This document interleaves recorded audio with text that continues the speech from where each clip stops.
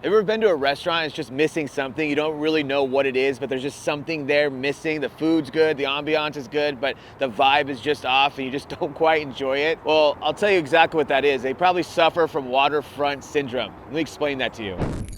So waterfront property, that's always the name of the game. If you can get it and you're a restaurant, then you're in really good hands. But a lot of waterfront restaurants have this problem where they have really bad food and really bad service because of their location. They are completely dependent on their location. Now don't get me wrong, I know a lot of restaurants that are on waterfront that have been very successful for quite a few years, even decades, with horrible food, horrible service, it doesn't matter. But what the big thing is, what you want to focus on, what are they missing out on, right? What are they doing wrong? What meat are they leaving on the bone? And that's a big piece of the puzzle. Why would you not want to make more money? Why would you not want to open another location? Why would you not want to build a legacy? Why would you not want to build an actual functioning business and not just depending on your location, which would be the waterfront? Why would you have to wait for summertime to come around to make money, right? And then you have to have the staff members that are hating their jobs because no one cares about them. The focus you want to have is developing a business and growing a business. Focus on your training, focus on your system, focus on your food.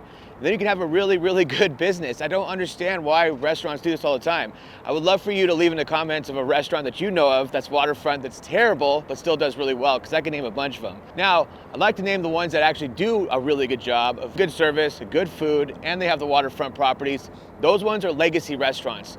They're full during the summertime, but they're also full during the wintertime because they've won over the regulars, they've won over the locals, and they've won over people still traveling in the area and wanting to visit a good restaurant. They're not dependent on their waterfront. I would strongly advise you to do the same. Focus on your training, on your systems, on your people, developing your business. Focus on strategies to upsell, focus on strategies to get good reviews. Focus on all those little things and you're gonna notice a big, big difference in your business and in your bottom line. So we call this the waterfront syndrome, right? You have the place on the water, you have money coming in from there, you don't care about anything else, don't focus on anything else, you're only focused on numbers. But what about the restaurants that aren't on waterfront but have waterfront syndrome, right? When you go into a restaurant, you know what I'm talking about. It's a very nice restaurant, it's beautiful, the food is nice, it's good, but the service is terrible and you're not going back from the service and no one seems to care.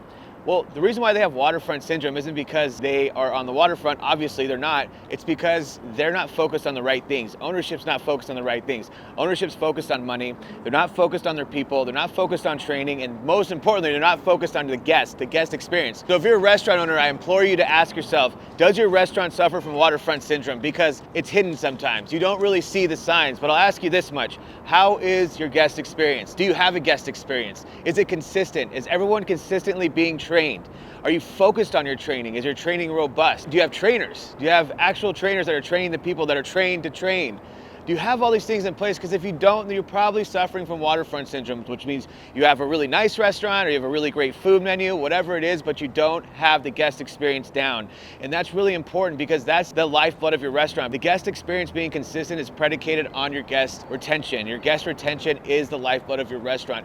No restaurant survives long-term with bad customer retention. There's no restaurant in the world. Every successful restaurant that survived over 10 years, every successful restaurant, I guarantee you, has a very high customer retention rate. Maybe you get that with the cheapest prices, maybe you get that with the most unique food. The easiest way to get that is with guest experience being consistent at a high level, but you have to take it serious. It yields a lot of money, a lot of bottom line return. Like anything else that comes with money, it takes a lot of work and a lot of passion, a lot of dedication to get there.